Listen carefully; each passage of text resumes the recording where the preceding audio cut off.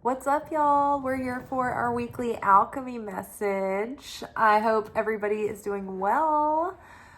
We are going to be unpacking the lessons of the week and our approach to the work. So from the Wild Unknown Alchemy deck, we've got Chaos, followed by Nebula, followed by the Void,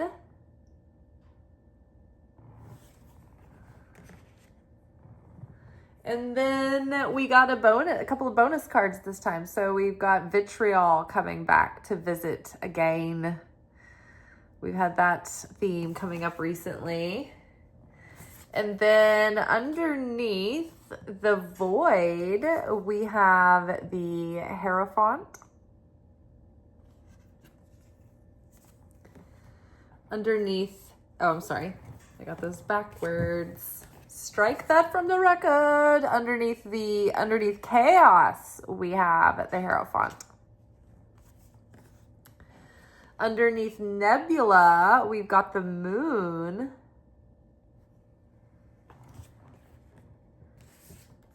Underneath the Void, we have Queen of Pentacles. And underneath Vitriol, we have Six of Swords. So before we get into the cards, I'm going to pause this and let you guys listen to the audio, and then we will be right back. All right. We are contending with the forces of void and creation. As we learn to yield our creative capacity, we understand that the fuel that powers our creative power is the transformation of our negative consciousness into light.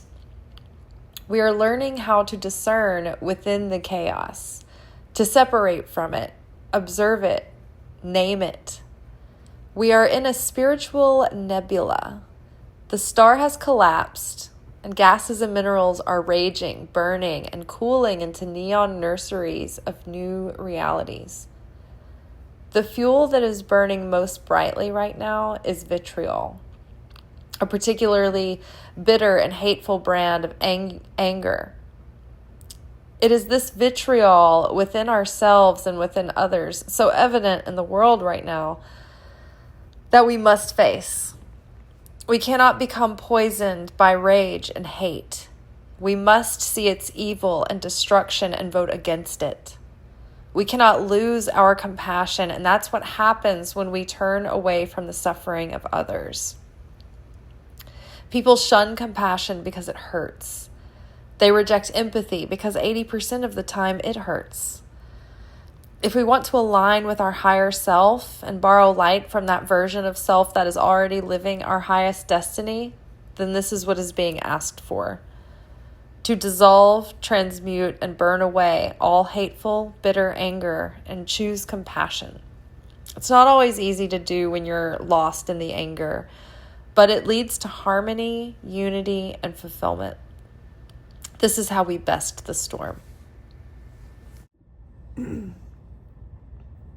So I love our cards. They literally talk about the essence of creation. We have chaos, a nebula, which is where creation happens. This is like the womb of creation in a nebula. And then we have the void, which again is where creation comes from. It's just like, what is the stuff that is coming from creation? And so what happens is, it's so interesting.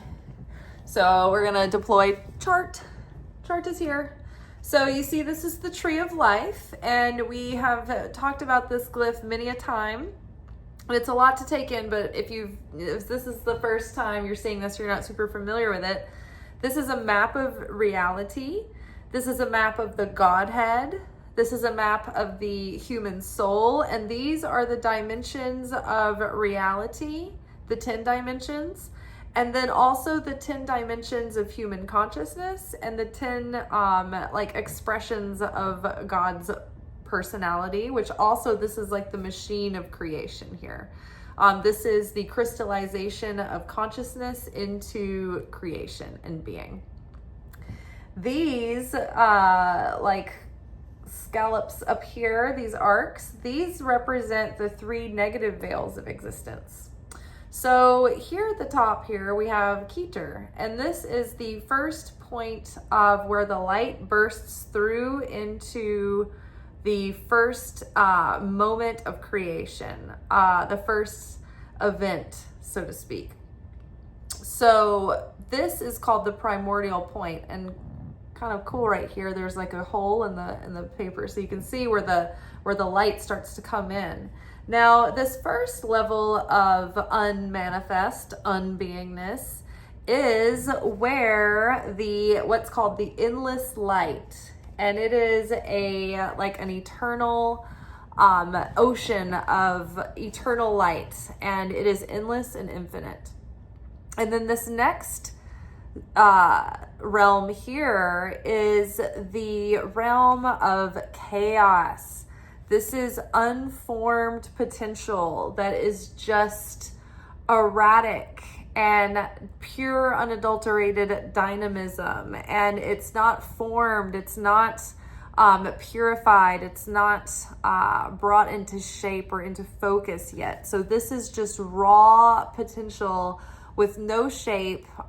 Just think about like atoms just crazy everywhere, like after like Chernobyl or some like nuclear event, and then they're just like shaky little atoms everywhere. This is the chaos. And so this chaos perpetuates above the endless light. And so the endless light, it's like this chaos pushes against that endless light, and the endless light gathers in itself and it pushes through into this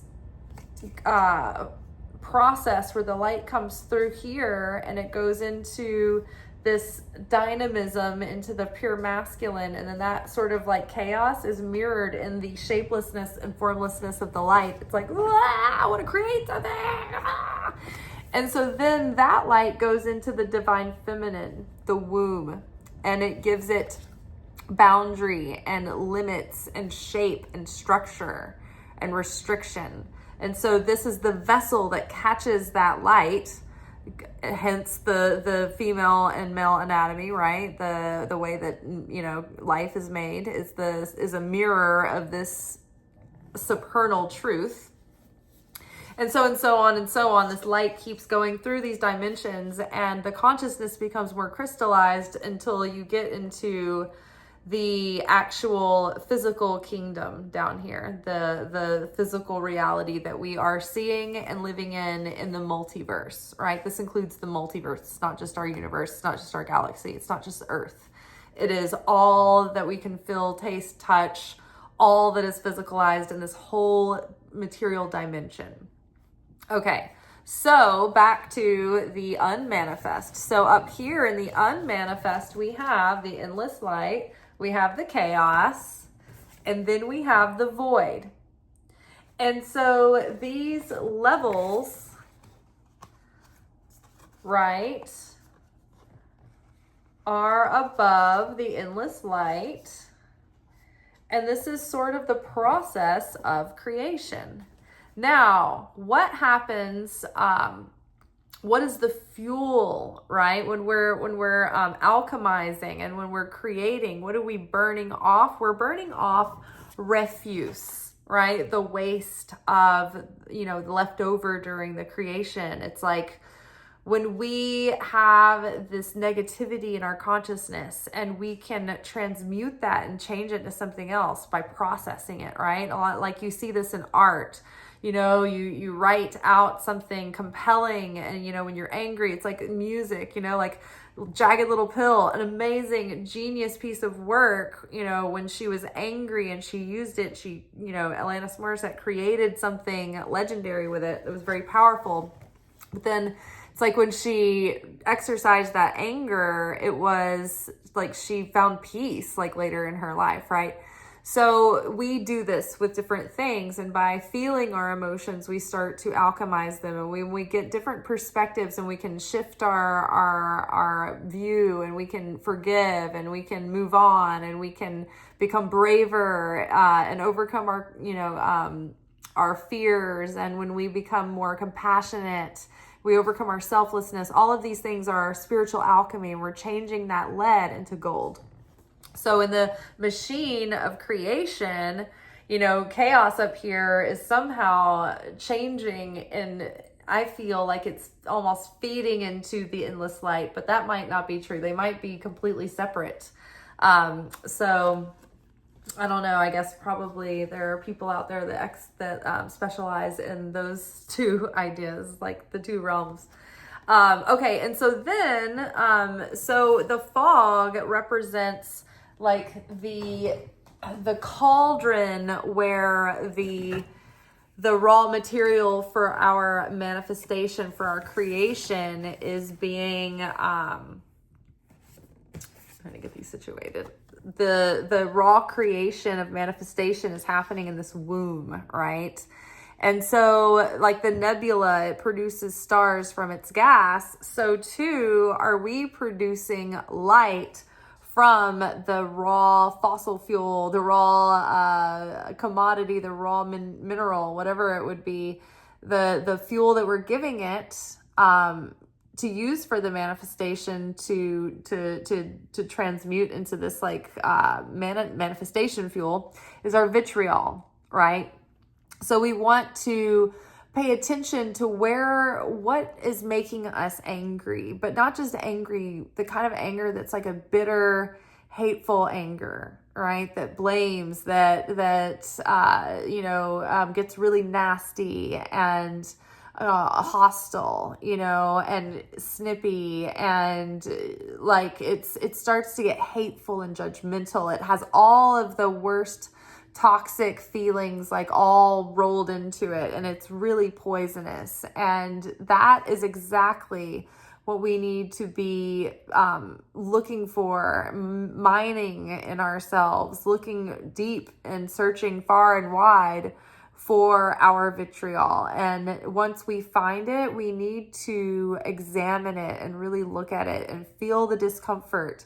Feel how uncomfortable it is to see that in ourselves, because then we're going to be like, oh, I don't want that. I don't want that in me. And when we feel it, when we see it coming up, we can vote against it. We can say, no, I want my compassion. Remember the other day, I was talking about how, every now and then, it's like I thought about Jesus saying, like, when you give, don't tell your left hand what your right hand is doing. And it's basically like, give in humility, don't feel big and great about yourself, and don't do it in a big showy way. And I was talking about how me and my sister were sitting at the coffee shop, and how in this particular area, there's usually like homeless people around and things like that. And in my neighborhood, around the grocery stores, they're just like part of the neighborhood.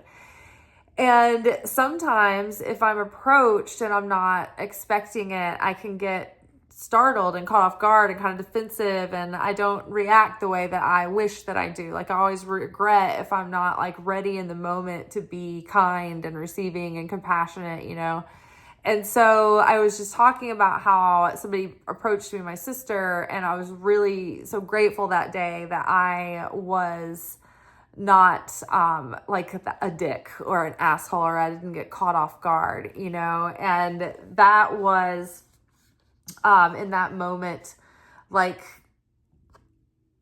I've lost my train of thought. There was a reason why I was going to tell you about that.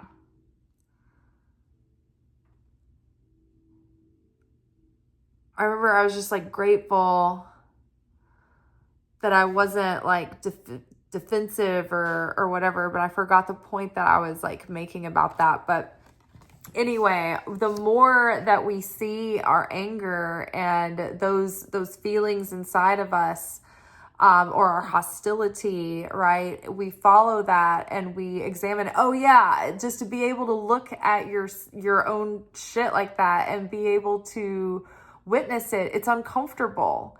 It's uncomfortable to see that. Oh yeah, the compassion, right. Okay, so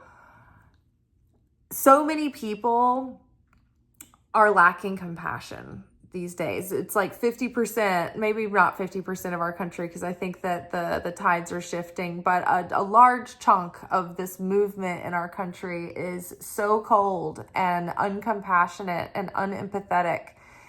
And it was demonstrated the other night when at this table at our restaurant, like we're in and out of these tables and we hear the conversations, and the servers discuss some of the conversations that are being had. And this one group of people, the server was like, yeah, I was just noticing like how diverse this friend group was. And I was like, I wonder how they all know each other, because it was like they were all from different places and different backgrounds, and they were also different, and it seemed like everybody was represented. And so anyway, they were just like this. It made the server curious. So the server was like kind of listening to what they were talking about, and he was like, this one girl was like, being like so cold to her friend, because her friend sitting next to her was talking about how she was like, I'm so scared right now because my family are Latino, and we're afraid of the ICE raids. Like, some of my family have, different situations, and we're in different places, and just this is really intense right now, and we're really scared. And this other chick at the table was like, oh, can we just not talk about that? Anything but that. Oh, just love me or hate me, but I'm a Republican, okay? And it's just like, she just completely blew off her friend and dismissed this like friend's like pain and fear. And this isn't like a normal situation where you're like, your friend's just like venting again about this thing. This is like one of those historic times where true terror and suffering are happening all around the world. And it's like, to not have any concern, genuinely already asking her about how everything's going, and then just like being like, ugh, get it out of my face. And we all realized that this girl, the Republican, was like, she didn't want to look at her own ugliness. She didn't want to be faced with the consequences of her attitudes and her prejudices. And I'm like, okay, for one thing, if this is how you feel, then how did you get to be friends with all of these people who seem to be, many of them immigrants from different places and people of all walks of life? Like, how are you blessed with this friend group? And how are they tolerating you? I was just so humbled by how patient and accepting these people must be, to be able to see through I would have zero tolerance and patience for this person. I'll be honest, and I should be the one trying to love her through it. I would not be spending time with this chick or eating with her. And I was just like, wow, like these people, like the amount of uneven, like the amazing quality that they are, and they're accepting her even when she is like being so cruel, even at this dinner. And you're just like, what? But what I saw about her, when I got through all my judgment, was that she was uncomfortable looking at herself. And she felt shame and guilt, but didn't want to face that. And it was too painful to feel compassion for her friend, because the pain of feeling sorry for her friend and compassion and empathy opened her up to changing her mind about everything to begin with, but also feeling the depth of the sorrow for her friend that her friend feels, and then feeling sorrow for the regret of adding to this friend's already, like, we all go through challenges, but you've got extra, at the very least, extra hurdles to overcome if you move to another country and have to learn another language and like start your life over, you know what I mean? Like, or, you come from a family that does, like, it's like you've got extra effort to make and overcome, right? So I don't know. It was just like, I just could not. So she just did not want to see the friend. She didn't want to see the suffering. She didn't want to be faced with it. It was too uncomfortable. She didn't want to feel the pain of feeling compassion. She didn't want to feel the pain of feeling empathy. And so she shut it down. She shut it down. She turned away from it. And just like I was saying, how sometimes if I'm caught off guard and I get defensive, I almost turn away from those people because I wasn't prepared. I wasn't ready. Like my reflex response is to shut it off. I don't want to see it, right? But we need to see it, and we need to watch ourselves in those moments. That's why I was so grateful that I just was like, I reacted the right way that day. And I do many times. Like, I'm the person that, like, when the person approaches me in the grocery store, like, I'll buy their groceries and stuff sometimes. Sometimes I do, sometimes I don't, you know? But, like, I was just grateful that day I did, because I realized that in those moments that we reflexively shun or guard ourselves, I mean, yeah, sometimes we're trying to protect ourselves in a parking lot. But when it's not that, and it's an emotional defensiveness, it's like we're shielding, it's our ego shielding us from feeling and being open to that compassion. And we can't let that compassion be shut away because it feels inconvenient or uncomfortable, because we won't see that we are turning into that chick at the table, this vitriol that's like, I don't want to talk about it. I don't care about you. Love me or hate me, but this is me. You know, it's like, you know, like we don't want to become that. And we will, right? Because when we judge, we are almost guaranteeing that we will run a mile in those shoes. And so we have to watch for these things in ourselves. But the good news is that when we do see those things come up, it's the greatest opportunity to create miracles, to shift in that moment, to say, no, I don't want that consciousness. Yes, my thoughts might come up from my ego, but my consciousness is my ability to choose. Do I agree with that? No, I don't. That's just a thought. That's just a thought in my mind, but that's not who I am. I'm detached, I'm observing, and I don't agree with that, right? So for starters, the more we can dissolve and resolve our anger and change our heart that makes us angry, like the perspective that we have about what we're perceiving, our perspective about our perceptions. But you guys know what I'm saying? It's like how we're looking at it affects the way that we feel about it. And so when we can start to shift the way that we perceive things, and it takes gradual, consistent effort, but that dissolves and purifies and purges us from that bitter, sour bile, right? And then in return, it's made into this fuel that fuels our manifestations, that makes us that much more magnetic. And so chaos with the Hierophant tells me that even amidst all of the chaos right now, on a global level, on a local level, in, you know, wherever you are, and on a personal level, there's always stuff coming up for us in our personality, right? And, you know, there's some major things going on around the world right now. And so I think that we're learning by looking at life like this matrix game that we're in, that's interactive, that's organic, and that's responding to us and our responses in any given moment, and it's responding to our consciousness. So it's like we are learning the game. We're learning each level, and we're learning our opponent, and we're learning the nature of the space that we're in, and the rules of the space that we're in, and the rules of the nature of the game, right? That's what we realize, like when all these tests come up and triggers, it's like this is part of the game. And this is the opponent trying to steal our light, but we're actually overcoming these triggers, and we're grabbing even more of our light, revealing more of our light, becoming big Mario, blah, blah, blah, blah. But it's like now that we've realized that this is an illusion, and anything that's happening to us is really just playing out almost like a sketch or a skit, so that we can work through our issues and awaken new consciousness and correct our soul. So it's like we are in this interactive game. We're starting to understand the rules.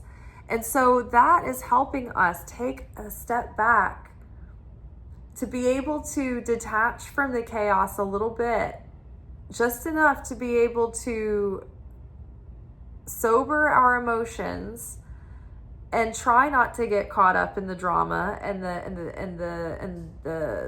saga of it all. Not to undermine how serious it is, but just for the point that I'm making.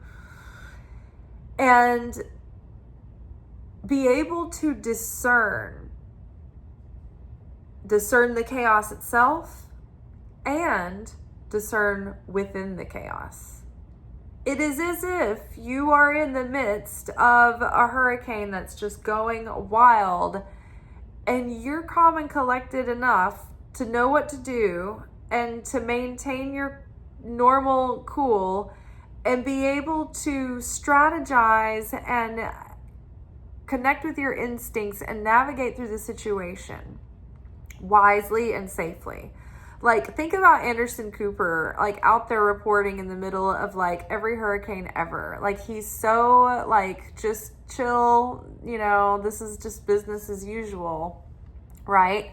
Well, this life right now is like that hurricane, and we are starting to learn how to discern when the game is activated, and when things are occurring, we're starting to recognize, oh, this is part of the simulation. This is a test. I know this is a test. Okay, what am I being tested on? What am I being asked of here? What am I being asked to change or shift or see about myself? What message is the universe bringing me in this moment? When you feel the universe fucking with you a little bit, you're like, okay, there's a theme collecting here. What's going on? What's going on? So when that's happening too, basically watch your reactions. Now, let's see, we've got the moon was under the nebula. And so the moon is about facing our fears and facing our darkness and facing our shadow, right? And that's what we're talking about with the example of the girl at the table. It's like, she didn't want to face it. And we don't want to face it. And, but we need to face this in ourselves, even though it's uncomfortable and ugly to look at. This is exactly what we need to do. We need to face the fear of really seeing it in ourselves and look at this in the world. And the moon is about transformation and transmutation and getting into the subconscious and healing it and seeing it. And the more that we heal all of this, like, density and darkness within our subconscious, it opens our subconscious up to be a free-flowing vessel for our intuition, and our intuition comes through clearer and more unencumbered. So it's really releasing all that we can muster up to face and to heal and to correct. It's great because it's fueling our creative manifestation power. And then we have the Queen of Pentacles here with the Void. And so I think that the Queen, like, when you see her next to the other cards, it's like she's looking back on the whole scene, and she looks really pensive. And it's like the Queen of Pentacles, it has security. She's stable, right? So it's like she knows that she's stable within the chaos because she can see through the illusion. She can see through the matrix. She can see through the rules of the game and understand how to navigate each level in order to maintain her stability and even thrive during this time. She knows how to pull light from the void and channel that into creation. That's what we're learning to do. And so by understanding that the creator, God, source, is our ultimate source of everything, and all we're doing is opening portals to channel it through.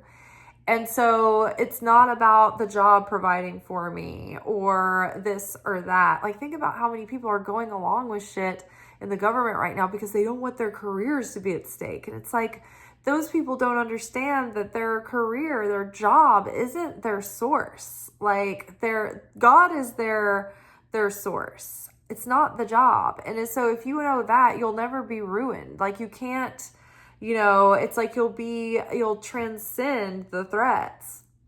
And so, when we know that it's not the tables that provide me my money, God provides me my money. The tables are just the little vessels and the useful instruments that God sends in to give me the money, but the money comes from God. And every shift that I work, I make exactly the amount that God intends for me to make that day, because that's the amount of money that I have earned for that day spiritually.